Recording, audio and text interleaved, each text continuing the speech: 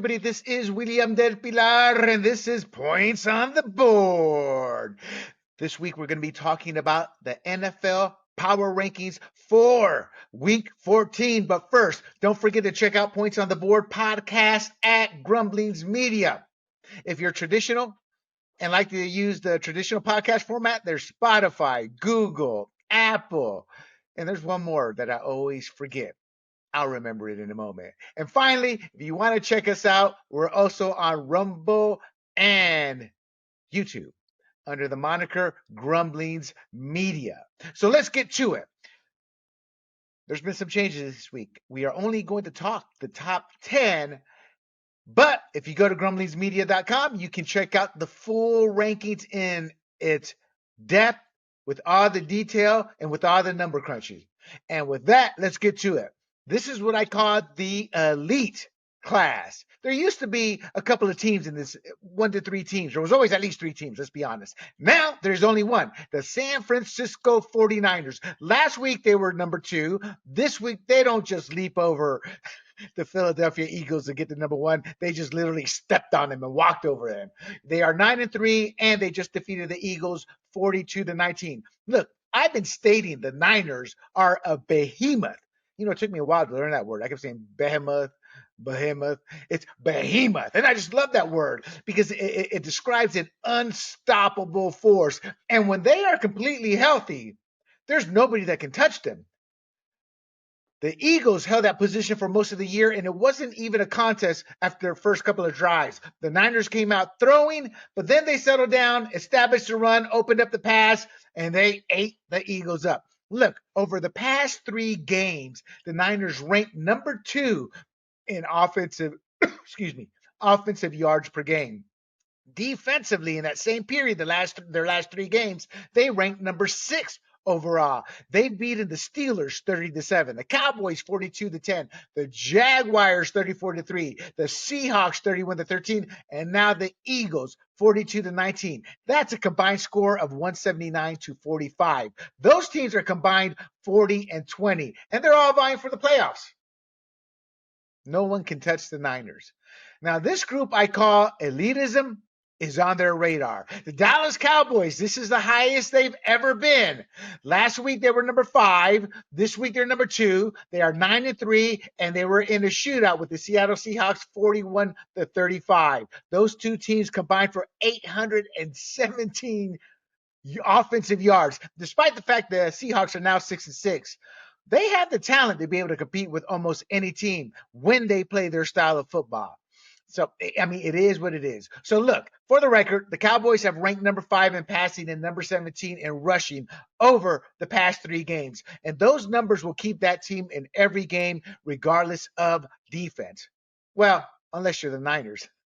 They can improve the rushing attack, and they have the talent to do so. Thus, they could become an even deadlier force and finally get over their hump of early playoff exits. They're a top-tier team, but they do have a tough, rough stretch. They face the Eagles this week, Bills, Dolphins, and Lions before a yawner against the Commanders. They control their own fate outside of the Niners, but they can win this division still. So it's good news if you're a Cowboys fan. This week is one of their biggest tests coming up. Number 3, the Philadelphia Eagles. Last week they were number 1. They are 10-2, and they did not just lose to the San Francisco 49ers 42-19. They were embarrassed. This is a type of beatdown they don't ever want to talk. The loss could carry over, and it was that much of a beatdown. The Niners marched for 6 straight touchdowns in that game. 6 straight touchdowns. The Eagles had some soul searching to do. They must ignore the score and learn from the film the tendencies and nuances of what the Niners are doing to them. Look, over the past 3 games, they ranked number 20 in pass offense, number 16 in rushing. Defensively, they ranked number 28 against the pass and run in that time span as well. And that is not very good. That's not the type of numbers or rankings you want to see at this point in the season and entering the playoffs. That is their Achilles heel. Regardless, they are the 3rd best team in football right now. The Baltimore Ravens, they are on a bye week. Last week they were ranked number 4. This week they stay the same. They are 9-3. They are entering their historical time of the season when they begin to falter. the nicks and knacks, somebody who's not quite injured but beat up. It starts to affect them, especially when you run a power rush football scheme as they used to. So hopefully they take this bye week. They've been learning a new offense all season long, and they're able to tweak it down. But this is a big test going into them the rest of the season. Can they maintain the pace and physicality they've had all season long? Number 5, the Kansas City Chiefs, who were number 3 last week. This is the lowest they've ever been. They are 8-4, and they lost to the Green Bay Packers 27-19. Look, the Chiefs are human. Patrick Mahomes is now in his 6th season, and he's a veteran. They've had enough roster turnover. There's enough statistical data to realize they're not the elite team they were for a couple years. They can be beaten now, as we've seen 4 times. And especially the receiver core has dropped not a couple notches, but it's been an exponential drop. And last I heard, it was like 26 drops for that team so far this year. Drops is an unofficial statistic, so that number will vary depending on what source you're looking at.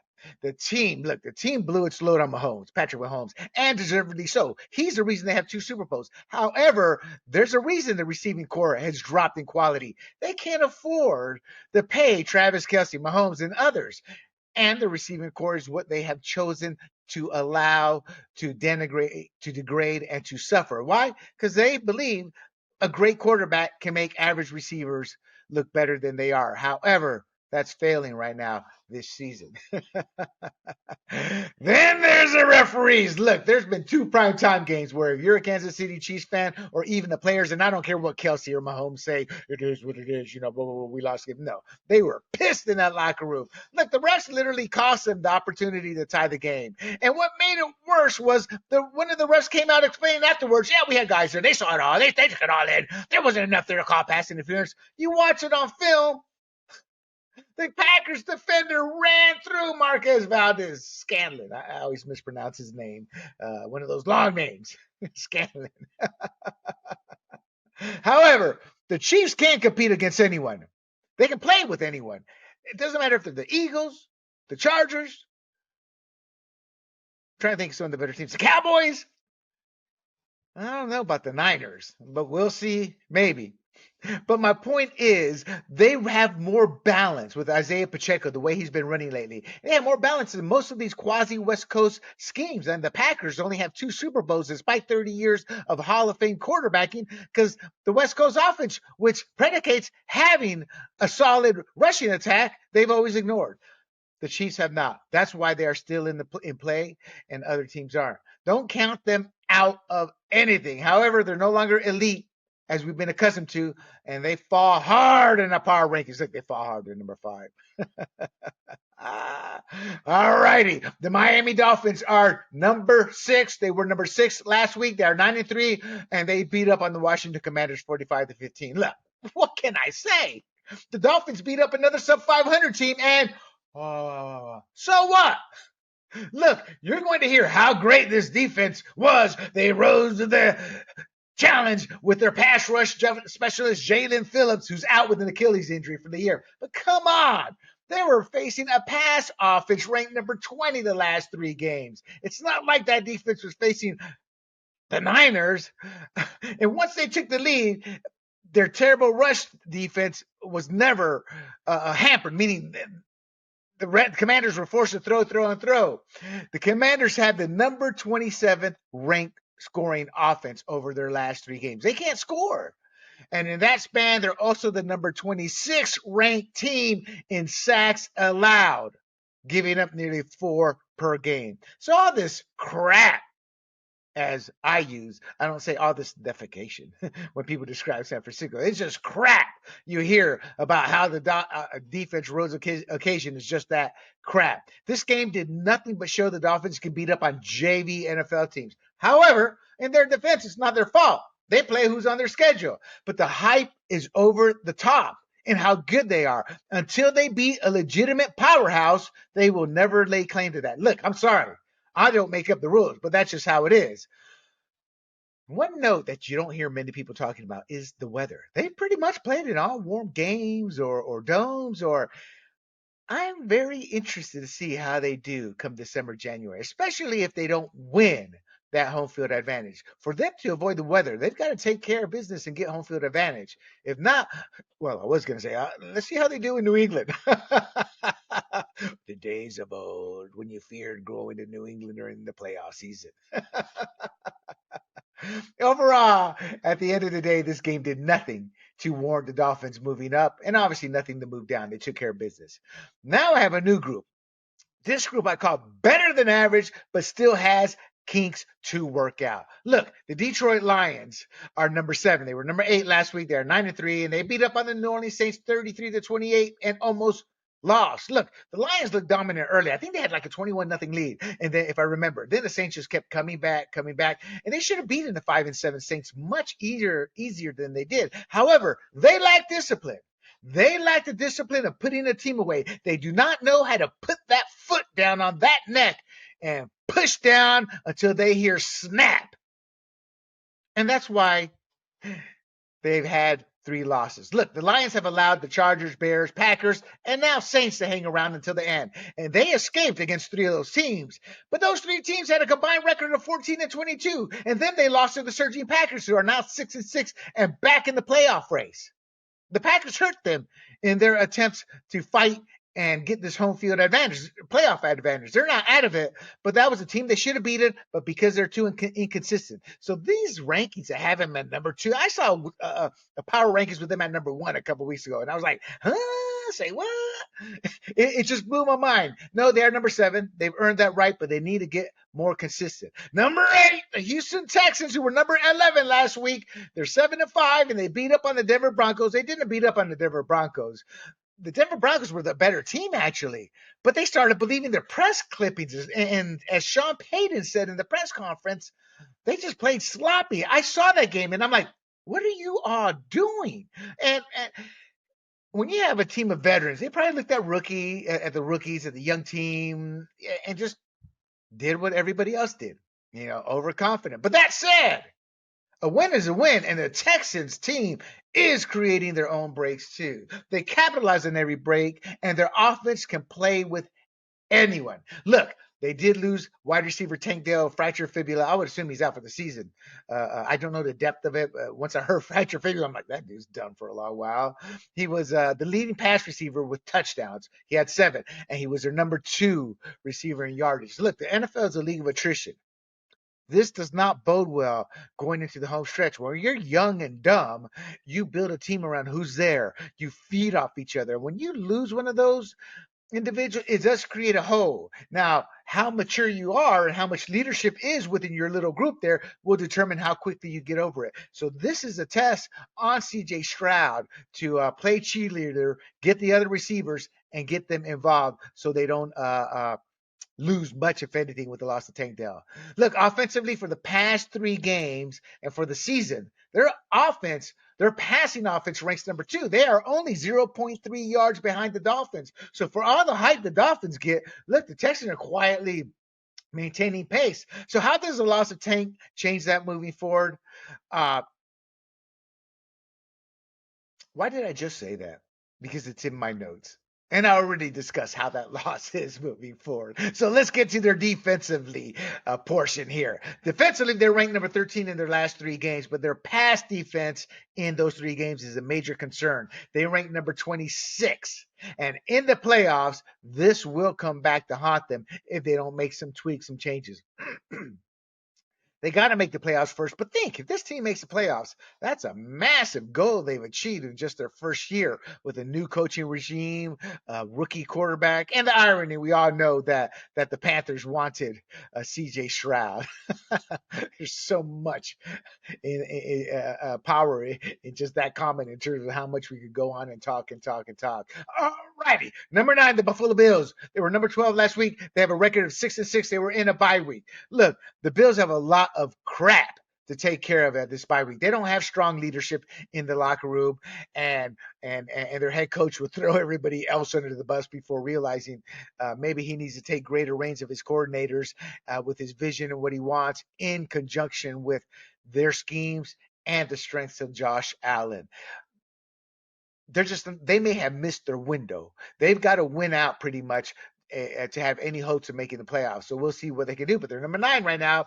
And my final tier, as we're only doing the top 10 here, the NFL Power Rankings, pretenders or contenders. Number 10 is the Indianapolis Colts, who were 14 last week. They're 7-5, and they beat up on the Tennessee Titans 31-28 in overtime. Look, if you read my articles weekly, you know I'm a broken record because the Colts should be 8-4 and 1 game back, or actually tied with the division leading Jaguars. The problem is the referees, for some reason, decided the Browns were going to beat them and gave them what was like 3 straight bad calls or 3 calls in that series or inside the red zone.